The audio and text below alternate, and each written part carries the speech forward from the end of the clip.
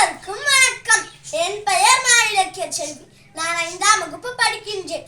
தை திருநாளாம், அது எங்கள் திருநாளாம். உயிர் வாழ உணவு தரும் உழவனுக்கும் உறுதுணை புரியும் கதிரவனுக்கும் உழுதுளைக்கும் மாட்டிற்கும் நன்றி காட்டி கொண்டாடும் திருநாளாம்.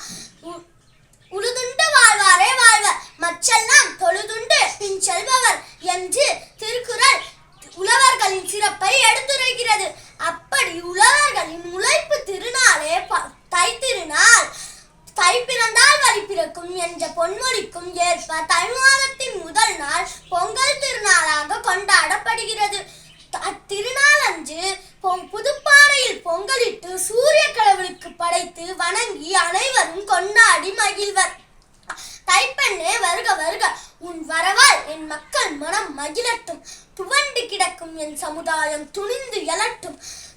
வாடி கிடக்கும் வயல் வெளியெங்கும் வளங்கள் பெருகட்டும். அனைவருக்கும் தை திருநாள் வாழ்த்துக்கள். நன்றி.